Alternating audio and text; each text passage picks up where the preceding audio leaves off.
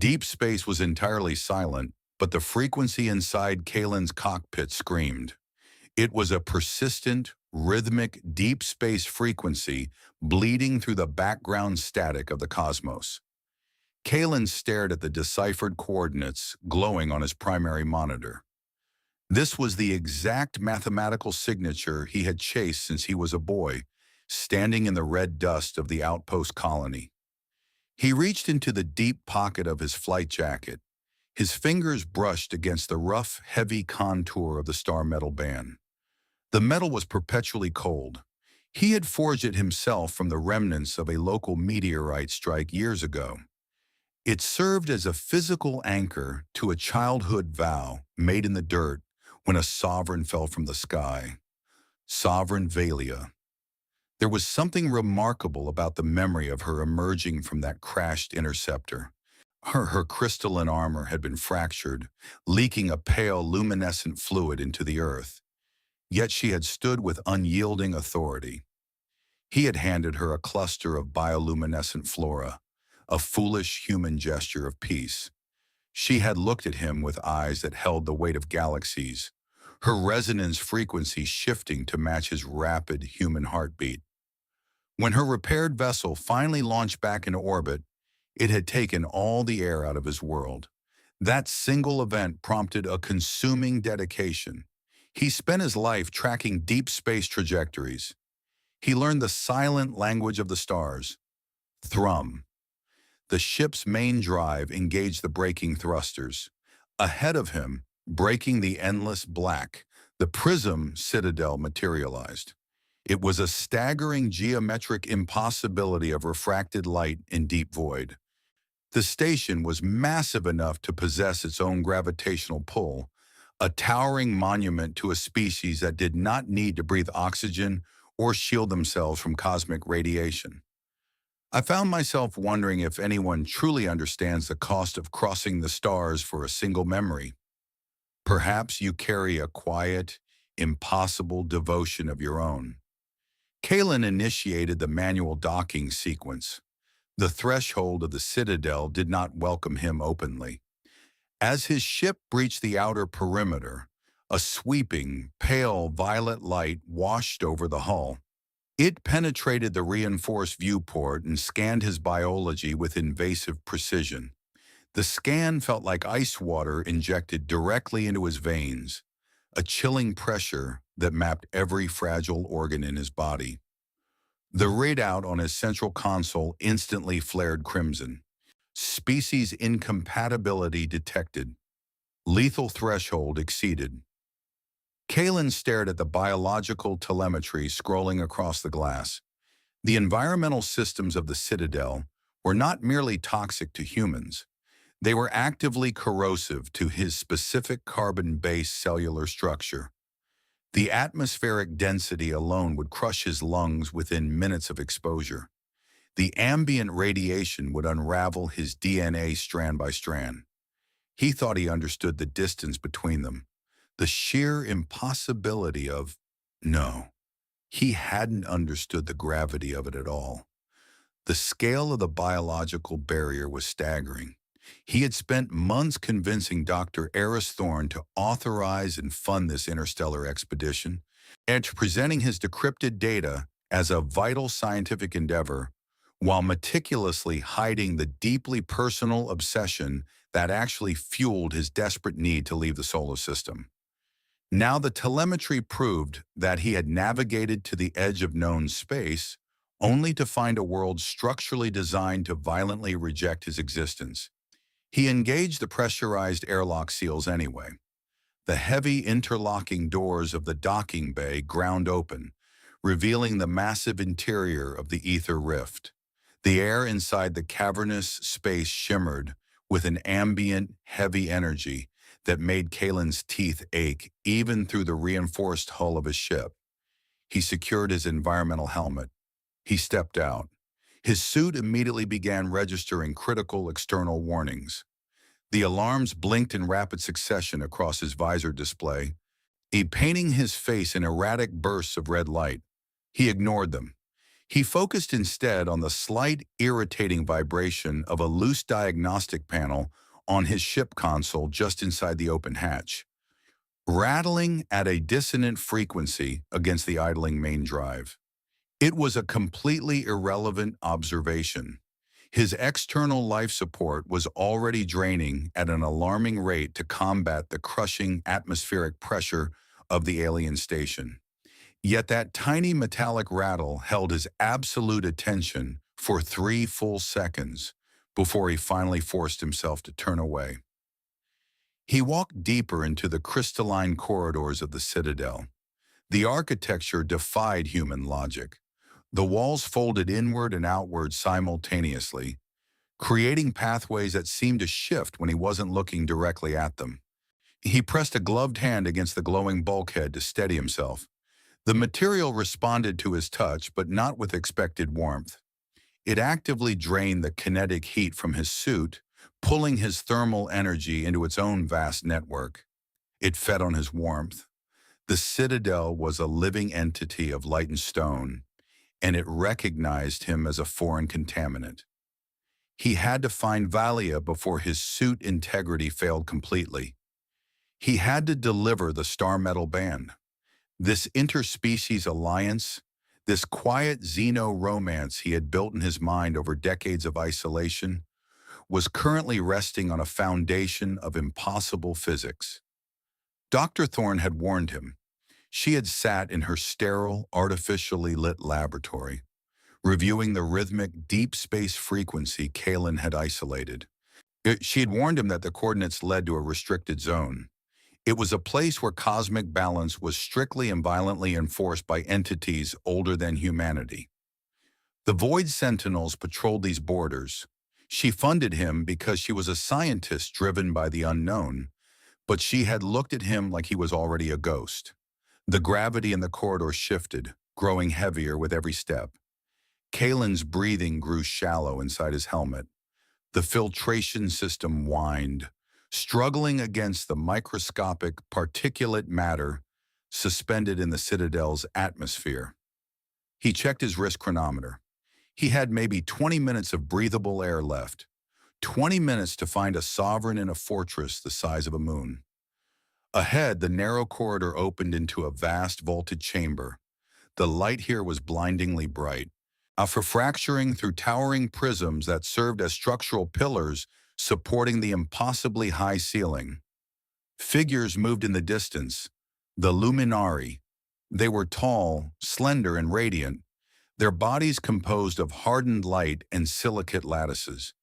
They moved with a fluid grace that made Kalen feel intensely clumsy, a fragile bag of water and bone trespassing in a cathedral of light. As he stepped closer to the edge of the chamber, one of the passing luminari paused. The alien did not turn its head.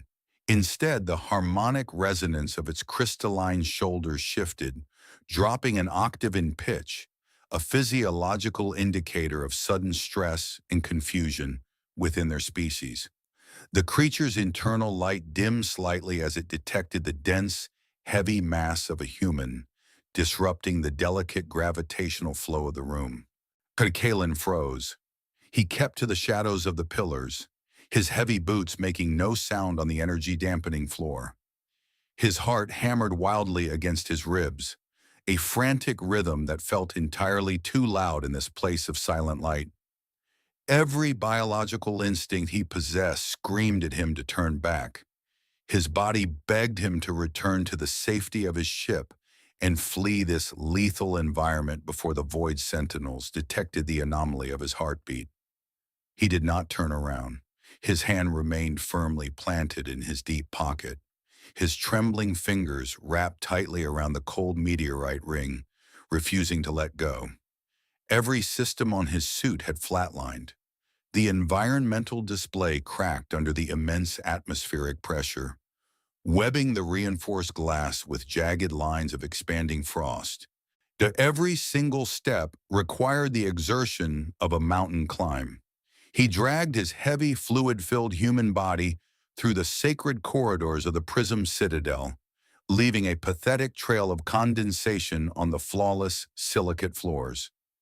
He had spent his entire adult life preparing for this singular journey. He had spent decades calculating orbital mechanics, isolating frequencies in the dark, and lying to Dr. Thorne about his true intentions. He had mapped the stars, but no mathematical model could have prepared him for the visceral, crushing reality of standing inside a structure built by beings who considered gravity a suggestion rather than an absolute law. He passed through a series of towering archways that hummed with latent, terrifying power. The geometry of the place actively defied his optic nerves. Some angles folded into impossibly sharp points, bending the ambient light into blinding prismatic arrays that made his eyes water. He was suffocating.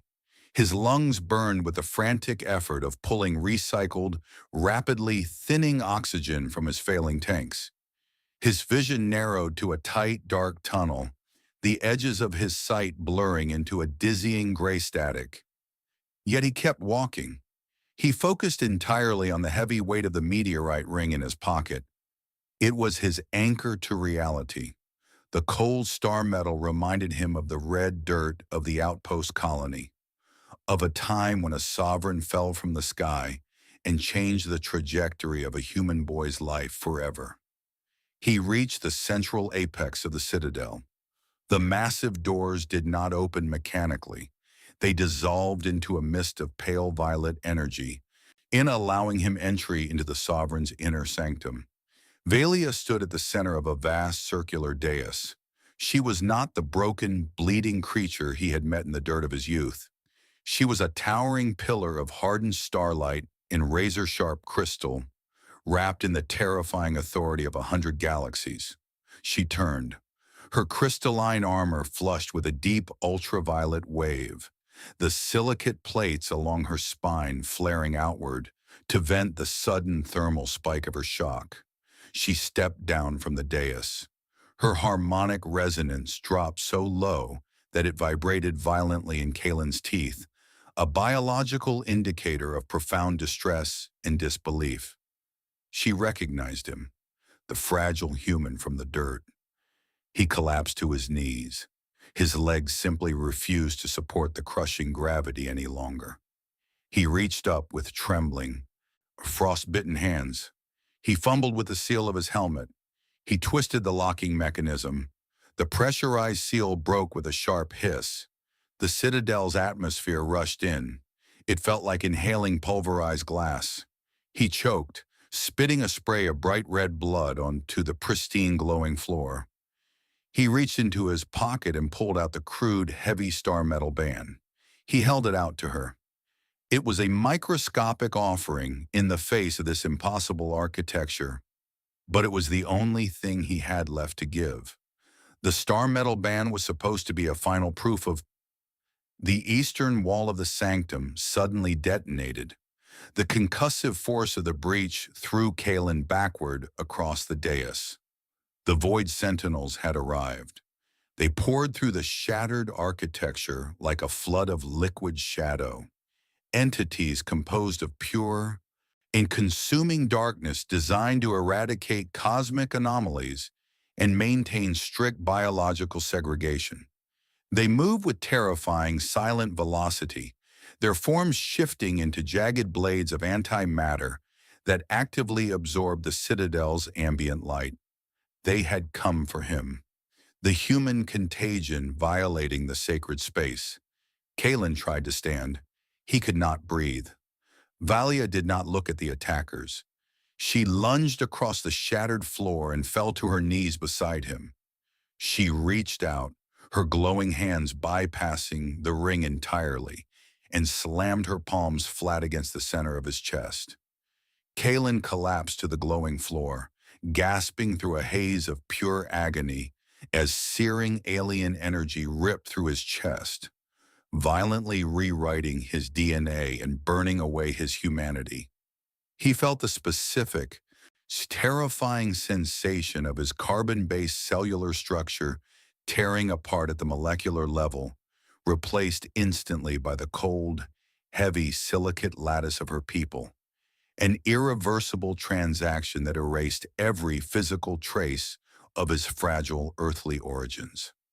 It was a horrific, invasive violation of his fundamental biology. His human heart stopped beating, his lungs crystallized, the blood boiling in his veins transmuted into thick, luminescent plasma. He screamed, but the sound that tore from his throat was not human. It was a resonant, harmonic frequency that shattered the remaining glass in his helmet into a fine, glittering mist.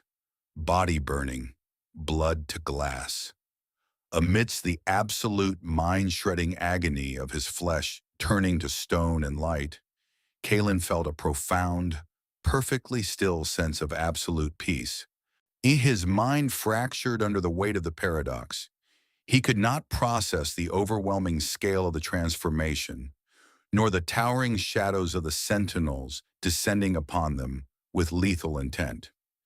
Instead, as his cheek pressed against the floor, he watched the exact asymmetrical pattern of microscopic dust particles shifting across the glowing floor tiles as he collapsed and his DNA began to burn.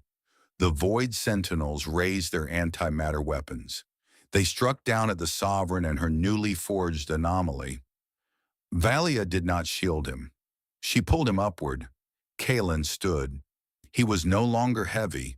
The crushing gravity of the Citadel felt like a gentle breeze against his new architecture. He looked at his hands. They were translucent, glowing with a fierce violet light. He looked at Valia. Their resonance frequencies locked, are perfectly aligned, vibrating in an identical, singular chord of defiance. They raised their hands together. They did not cast a spell. They did not fire a weapon. They simply merged their distinct, newly compatible energy signatures into a single, devastatingly loud, concussive blast of pure kinetic light. The wave of energy exploded outward from their joined hands. It hit the Void Sentinels with the force of a supernova. The shadows did not scream. They simply ceased to exist, atomized into harmless gray ash that drifted slowly down upon the ruined dais. The Citadel responded to their victory with silent reverence. The shattered eastern wall began to knit itself back together, the silicate lattices crawling across the void to seal the breach. Kalen flexed his crystalline fingers. He drew in a long, slow breath of the heavy atmosphere. Our feeling the toxic air converts seamlessly into raw power within his luminescent chest cavity. The painful limitation of his fragile human frame was permanently gone. He turned to look at the Sovereign. They ascended the repaired steps of the central dais side by side, their footsteps echoing perfectly in unison across the vast chamber. The rough star metal band rested permanently on her glowing finger, a dark, heavy anchor of earth binding a creature of pure light.